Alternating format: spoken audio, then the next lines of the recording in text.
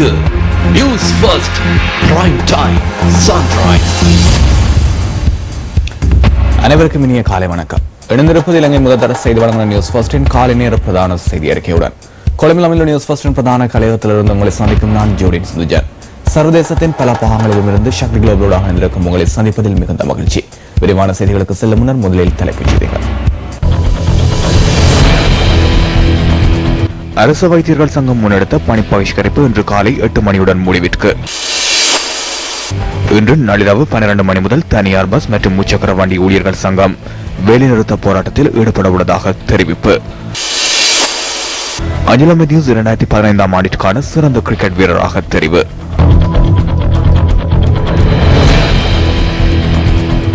தொடர்வது விரிவான செய்திகள். முதலில் உள்நாட்டுச் செய்தி. போக்குவரத்து துறையில் உள்ள சில தொழிற்சங்கங்கள் இன்று நள்ளிரவு 12 மணி முதல் வேலைநிறுத்த போராட்டத்தில் ஈடுபடுவதற்கு தீர்மானம் மேற்கொண்டுள்ளன. 2 பஸ் சங்கங்கள் நள்ளிரவு முதல் வேலைநிறுத்த போராட்டத்தில் இறங்க உள்ளதாக அகில இலங்கை தனியார் பஸ் சம்மேளன தலைவர் அஞ்சன பிரியஞ்சித் தெரிவித்துள்ளார். தங்களின் வேலைநிறுத்த போராட்டத்திற்கு முச்சக்கர வண்டி மற்றும் கொள்கலன் வாகன சாரதிகளும் ஆதரவு அளித்துள்ளதாக அகில இலங்கை தனியார் பஸ் ஊழியர்கள் சங்கத்தின் ஏற்பாட்டாளர் குமார ரத்நாயக்க குறிப்பிட்டுள்ளார். வரவு செலவு திட்டத்தில் முன்வைக்கப்பட்டுள்ள சில யோசனைகளுக்கு எதிர்ப்பு தெரிவித்து தமது சங்கம் முன்னெடுத்துள்ள பணி பகிஷ்கரிப்பு இன்று காலை 8 மணியுடன் நிறைவடையும் என அரசு வைத்திய அதிகாரிகள் சங்கம் தெரிவித்துள்ளது. தங்களின் கோரிக்கைகளுக்கு அரசு தரப்பிலிருந்து சாதகமான பதில் கிடைக்கவில்லை என்று அரசு வைத்திய அதிகாரிகள் சங்கத்தின் ஏற்பாட்டாளர் நரேந்திர ஹேரத் குறிப்பிட்டார். இதன் காரணமாக சகல தொழிற்சங்கங்களுடனும் இன்று பேச்சுவார்த்தைகளை நடத்த உள்ளதாகவும் அவர் கூறினார். இதேவேளை இன்று நண்பகல் தமது சங்கத்தின் நிறைவேற்று சபை கூடி எதிர்காலத்தில் முன்னெடுக்க உள்ள நடவடிக்கைகள் தொடர்பில் கலந்துரையாட உள்ளதாகவும் அவர் தெரிவித்தார். அரசு வைத்திய அதிகாரிகள் சங்கம் முன்னெடுத்த பணி பகிஷ்கரிப்பு காரணமாக அரசு வைத்தியசாலைகளை நாடும் நோயாளர்கள் இந்த அசௌகரியங்களை எதிர்நோக்க நேரிட்டது. நோயாளர்கள் நேற்று காலை முதல் சிகிச்சைகளை பெற்றுக் கொள்வதற்காக வைத்தியசாலைகளை நாடிய போதிலும் அந்த சேவைகளை பெற்றுக் கொள்ள முடியாமல் திரும்பிச் செல்வதற்கு நேரிட்டது.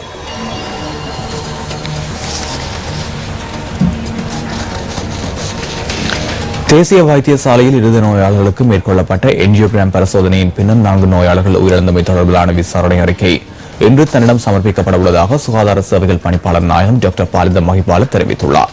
அந்த அறிக்கை கிடைத்ததன் பின்னர் அடுத்த கட்ட நடவடிக்கைகளை முன்னெடுக்க தீர்மானித்துள்ளதாகவும் சுகாதார சேவைகள் பணிப்பாளர் நாயகம் கூறினார். இந்த விடயம் தொடர்பில் விசாரணைகளை மேற்கொள்வதற்காக விசேட வைத்திய நிபுணர் லட்சுமி சோமதுங்க தலைமையில் 3 அடங்கிய குழு ஒன்றும் நியமிக்கப்பட்டுள்ளது. அத்துடன் என்ஜியோகிராம் பரிசோதனைகளுக்காக பயன்படுத்தும் சாய வகையை வைத்தியசாலைகளிலிருந்து உடனடியாக நீக்குவதற்கு 3 அடங்கிய குழு பரிந்துரை முன்வைத்துள்ளது.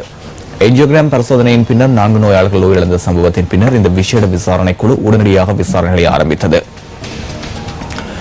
குறிப்பிட்ட சாய வகையை பயன்படுத்துவதால் ஏற்படக்கூடிய ஒவ்வாமையை தவிர்ப்பதற்காக வேறொரு சாய வகையை பயன்படுத்துவதற்கு பரிந்துரை மேற்கொள்ளப்பட்டுள்ளதாக அந்த குழுவின் தலைவர் விசேட வைத்திய நிபுணர் லட்சுமி சோமதுங்க குறிப்பிட்டார்.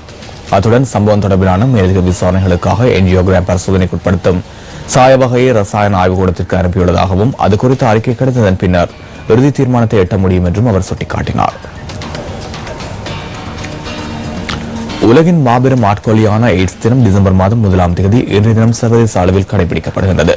இந்த நாளில் எய்ட்ஸ் நோய் தொடர்பிலான தாக்கங்கள் மற்றும் விழிப்புணர்வுகளை மக்களிடையே ஏற்படுத்துவதற்கான முக்கியத்துவம் பெறுகின்றது. எய்ட்ஸ் தினம் பற்றிய எண்ணக்கரு 1988ஆம் ஆண்டில் நடைபெற்ற எய்ட்ஸ் உலக சுகாதார அமைச்சர் மாநாட்டில் உதித்திருந்தது. 2016ஆம் ஆண்டிற்கான எய்ட்ஸ் மாநாடு தென்கொரியாவின் டர்பன் நகரில் முன்னெடுக்கப்படுகிறது. எய்ட்ஸ் தொடர்பிலான விழிப்புணர்வை சமூகங்களிடையே ஏற்படுத்துவது உள்ளடங்கலாக 6 எண்ணக்கருக்களுடன் இந்த முறை எய்ட்ஸ் தினம் அனுஷ்டிக்கப்படுகின்றது.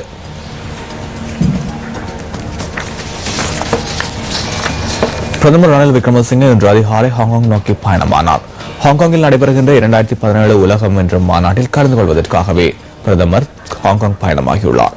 இந்த மாநாட்டில் பிரதான கலந்துரையாடலில் பிரதமர் கலந்து கொள்ள உள்ளமை சுட்டிக்காட்டத்தக்கது.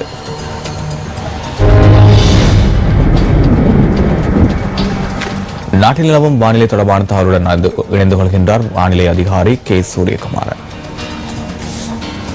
தென்மேற்கு வங்காள விரிகுடா கடலில் உருவாகியிருந்த நாடா சூறாவளியானது தற்போது காங்கேசன் துறையிலிருந்து வடகிழக்காக 200 கிலோமீட்டர் தூரத்தில் மையம் கொண்டுள்ளது. இது வடமேற்கு திசையில் நகர்ந்து இன்று நள்ளிரவு தமிழ்நாட்டு கரையோரம் ஊடறுக்கும் என்று எதிர்பார்க்கப்படுகின்றது. இதன் தாக்கத்தினால் வடக்கு கிழக்கு வடமத்திய கடல் பிராந்தியங்களில் வடமத்திய பிரதேசங்களில் மழை அல்லது இடியுடன் கூடிய மழை காணப்படும். கடற்பிராந்தியங்களை பொறுத்தவரையில் வடக்கு வடகிழக்கு கடற்பிராந்தியங்கள் 2ஆம் தேதி வரை சற்று கொந்தளிப்பாக காணப்படுவதுடன் பலமான காற்றும் வீசும். புத்தளம் முதல் மன்னாரோடான காங்கேசன்துறை வரையான கடல் பிராந்தியங்களில் மழை அல்லது இடியுடன் கூடிய மழை காணப்படும். இந்த கடல் பிராந்தியங்களில் காற்றின் வேகமானது மணித்தாரத்துக்கு 30 கிலோமீட்டர் முதல் 40 கிலோமீட்டர் வரையான வேகத்தில் வட மேற்கு திசையிலிருந்து காற்று வீசும். இந்த காற்றின் வேகம் சில சந்தர்ப்பங்களில் புத்தளம் முதல் மன்னாரோடான திருவண்ணாமலை கடல் பிராந்தியங்களில் மணித்தாரத்துக்கு 60 கிலோமீட்டர் முதல் 70 கிலோமீட்டர் வரை அதிகரித்து வீசுவதன் காரணத்தினால் இந்த கடல் பிராந்தியங்கள் கொந்தளிப்பாக காணப்படுவதனால் மீனவர் சமூகம் மற்றும் கடற்சார் தொழிலாளர்கள் தமது கடல் நடவடிக்கையின் போது அவதானம் செலுத்துமாறு கேட்டுக் கொள்ளப்படுகின்றார்கள்.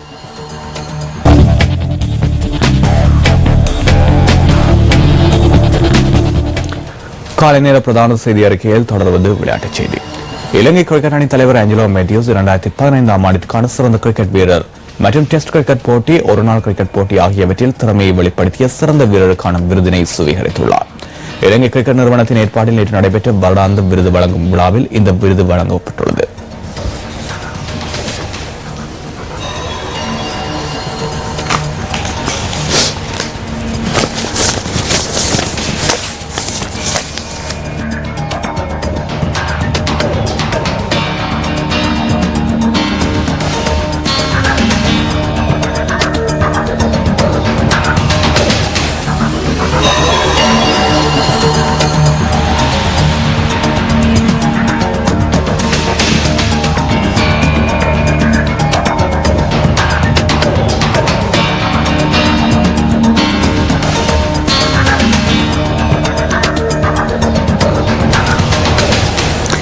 அந்த விளையாட்டுடன் நியூஸ் ஃபர்ஸ்டின் இன்றைய காலை நேர பிரதான செய்தி அறிக்கை நிறைவுக்கு வருகிறது. நியூஸ் ஃபர்ஸ்டின் மத்தியால செய்தி அறிக்கைகளை 10:25 மற்றும் 11:25 மதிய நேர பிரதான செய்தி அறிக்கையை மதியம் 1 மணிக்கும் எதிர்பாருங்கள். தொடர்ந்தும் சக்தி தொலைக்காட்சி வழங்கும் குட் மார்னிங் ஸ்ரீலங்கா நிகழ்ச்சியுடன் இணைந்திருங்கள். வணக்கம். Hotline 0114-896-896 www.newsfirst.lk. Feedback at newsfirst.lk.